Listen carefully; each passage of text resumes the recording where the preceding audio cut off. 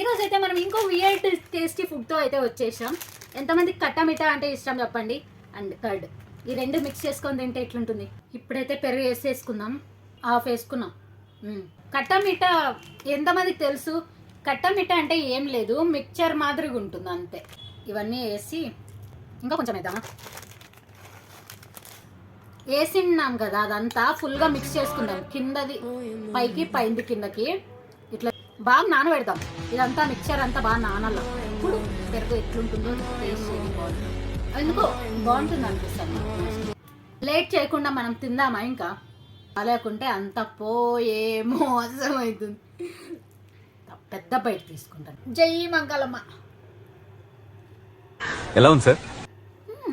బాగుంది. టేస్ట్ విషయానికి వస్తే నిజంగా అంటే చాలా బాగుంది.